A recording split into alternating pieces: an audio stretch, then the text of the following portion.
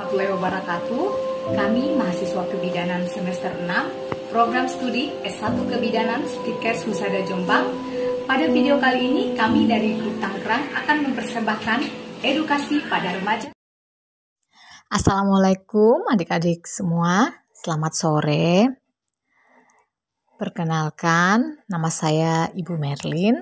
Saya bidan Puskesmas Swaborobo ya. Mungkin adik-adik sudah banyak yang tahu karena saya sudah cukup lama tugas di sini. Baik, untuk sore hari ini tujuan dari pertemuan kita ini untuk mendapatkan informasi yang sangat penting. Kenapa penting? Karena nantinya kita akan bahas secara rinci permasalahan-permasalahan remaja, dikhususkannya pada penyakit menular seksual. Kan adik-adik ini kan masuk ke kelompok remaja ya, sudah usia remaja. Masa remaja itu merupakan masa yang dianggap sangat rawan dalam kehidupan karena merupakan masa peralihan dari kehidupan anak menjadi kehidupan dewasa. Jadi perlu mendapatkan informasi pengetahuan tentang penyakit menular seksual dan butuh ya perhatian serius karena adik-adik ini termasuk dalam usia sekolah. Selain itu, adik-adik akan memasuki umur reproduksi. Penyakit menular seksual itu bagian dari namanya infeksi saluran reproduksi. Nanti kita akan bahas lebih lanjut ya. Dari banyaknya ya perilaku yang beresiko yang dilakukan oleh remaja itu, seks pranikah masih menjadi masalah utama. Perilaku seksual ini dapat mengakibatkan terjadinya kehamilan yang tidak diinginkan, bisa aborsi ya, aborsi yang tidak aman, perilaku seksual bergonta-ganti pasangan, dan perilaku lain yang beresiko. Itu untuk tertularnya penyakit-penyakit ya, penyakit HIV. Faktor-faktor yang dianggap berperan ya dalam munculnya permasalahan seksual pada remaja itu diantaranya kan karena perubahan hormonal kan yang dapat meningkatkan hasrat. Itu sebenarnya fisiologis, cuman ketika adik-adik tidak bisa mengontrol itu dengan baik, tidak punya pengetahuan yang bagus, bisa jadi karena perubahan hormon itu adik-adik bisa terjerumus kepada hal-hal yang tidak diinginkan seperti itu. Baik adik-adik, kita akan bahas lebih lanjut ya tentang penyakit menular seksual ini.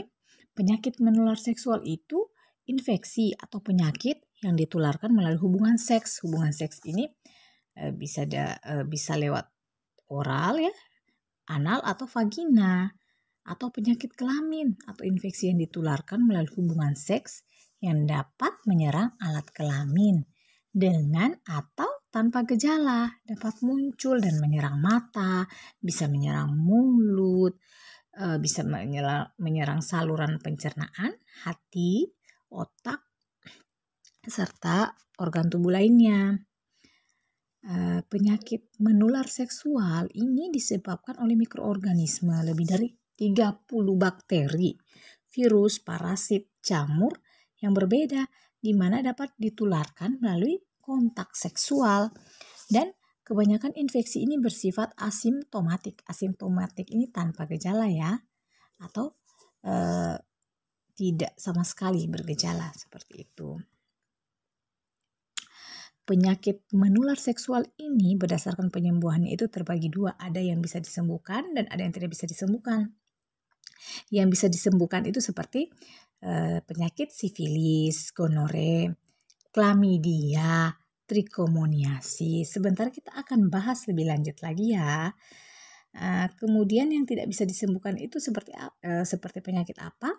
Dia HIV, HPV, herpes, dan hepatitis B. Kita akan bahas tentang bagaimana sih cara penularan PMS ini.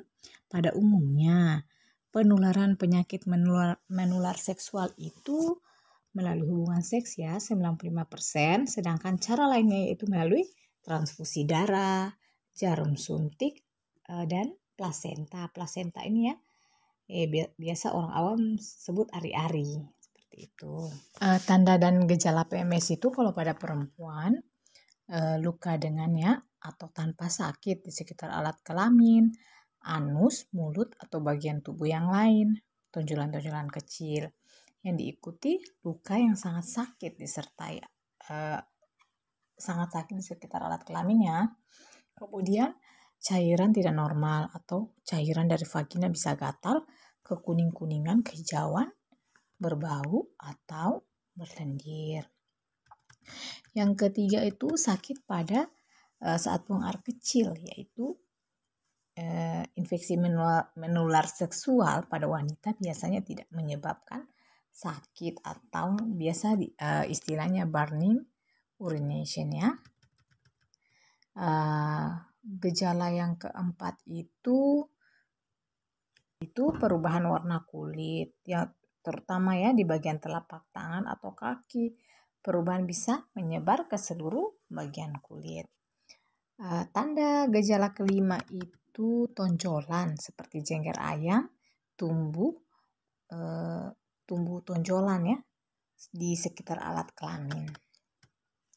Kemudian sakit pada bagian perut, yaitu rasa sakit yang muncul dan hilang yang tidak berkaitan dengan menstruasi, bisa menjadi tanda infeksi saluran reproduksi. Tanda dan gejala yang ketujuh itu kemerahan di sekitar kelamin atau kaki ya. Kemudian tanda dan gejala pada laki-laki yang pertama, luka dengan tanpa rasa sakit di sekitar alat kelamin, anus, mulut, atau bagian tubuh yang lain. Itu dia tonjolannya kecil-kecil, diikuti luka. Lukanya itu sangat sakit ya di sekitar alat kelamin. Kemudian kedua itu cairan tidak normal, yaitu cairan bening atau berwarna berasal dari kepala penis atau anus. Gejala yang ketiga itu sakit pada saat buang air kecil atau rasa terbakar ya, atau rasa sakit selama buang air kecil. Keempat itu kemerahan di sekitar kelamin, kemerahan dan sakit di sekitar kantong zakar. Bagaimana cara penularan penyakit menular seksual ini? Penyakit menular seksual ini ditularkan oleh hubungan seksual. Itu 95% ya. Sedangkan cara lain dari penularan penyakit menular seksual ini bisa melalui transfusi darah, jarum suntik, atau plasenta. Seperti itu ya adik-adik. Kemudian kita akan bahas tentang jenis-jenis PMS. Jenis-jenis PMS ini berdasarkan penyebab ya, yang antara lain yang pertama itu PMS yang disebabkan oleh bakteri. PMS yang disebabkan oleh bakteri ini yang pertama ada namanya penyakit gonorea. Kalau biasa orang singkatnya GO. Ya, dia itu masa inkubasinya selama 2-10 hari. Gejalanya apa saja? Gejalanya itu infeksi, infeksinya menyerang selaput lendir uretra kalau pada laki-laki, serta leher rahim atau uretra pada wanita.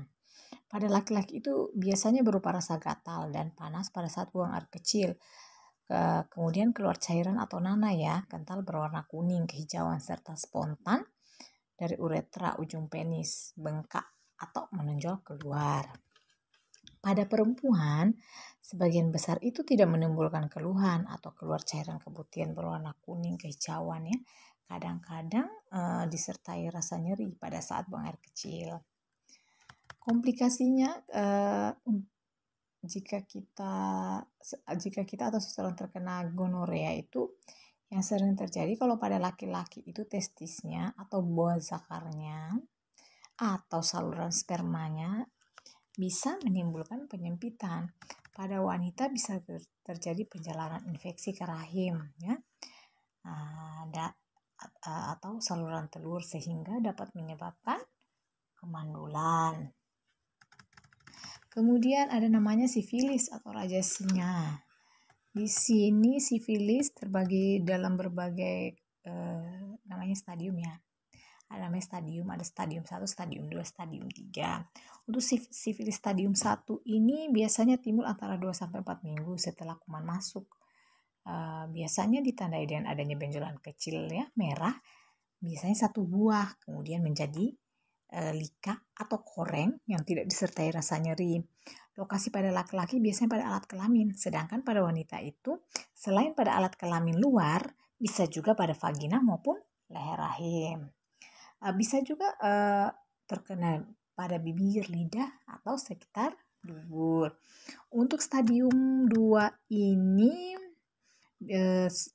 terjadi 6-8 minggu ya, dan bisa berlangsung sampai 9 bulan.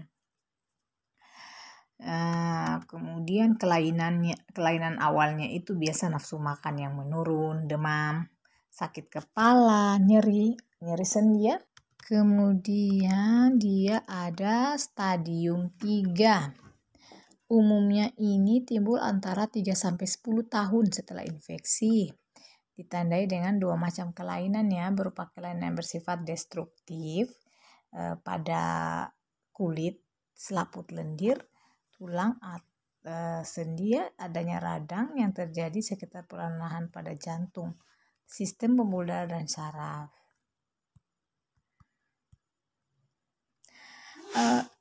Dampak dari penyakit menular seksual bagi remaja itu yang pertama bisa menimbulkan, tentunya bisa infeksi ya alat reproduksinya, akan menurunkan kualitas ovulasi sehingga akan mengganggu siklus dan banyaknya haid, serta menurunkan kesuburan. Yang kedua itu peradangan alat reproduksi ke organ yang lebih tinggi yang dapat meningkatkan kecenderungan terjadi kehamilan di luar rahim. Yang ketiga itu melahirkan anak dengan cacat bawaan seperti katarak, gangguan pendengaran, kelainan jantung, dan cacat lainnya.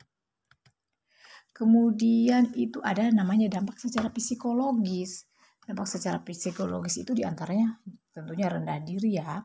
Jelas kalau kita sudah kena uzubillah min dzalik, kalau kita sudah terkena penyakit kita pasti rendah diri. Merasa ibaratnya kita sudah tidak ada artinya lagi.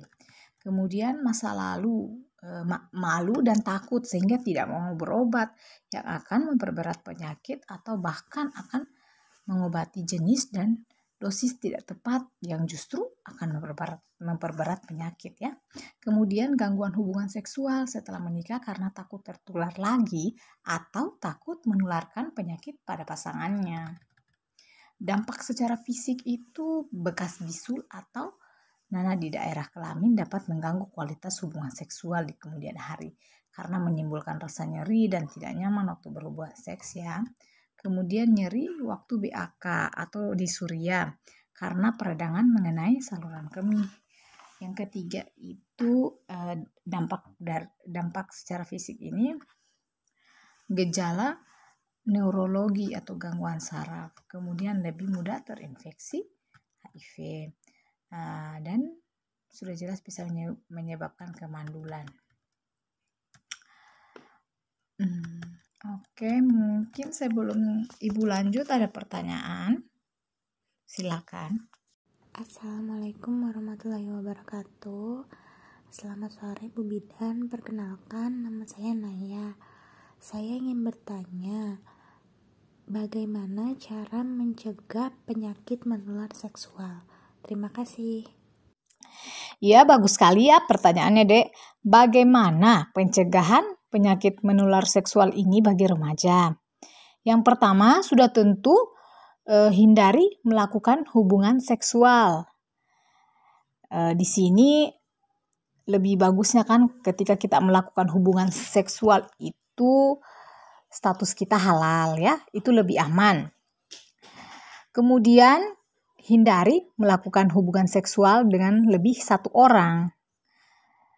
Yang ketiga, rutin menjaga kebersihan vagina. Bagaimana menjaga kebersihan vagina ini? Yang pertama, ketika menstruasi, kita sebaiknya mengganti pembalut ya.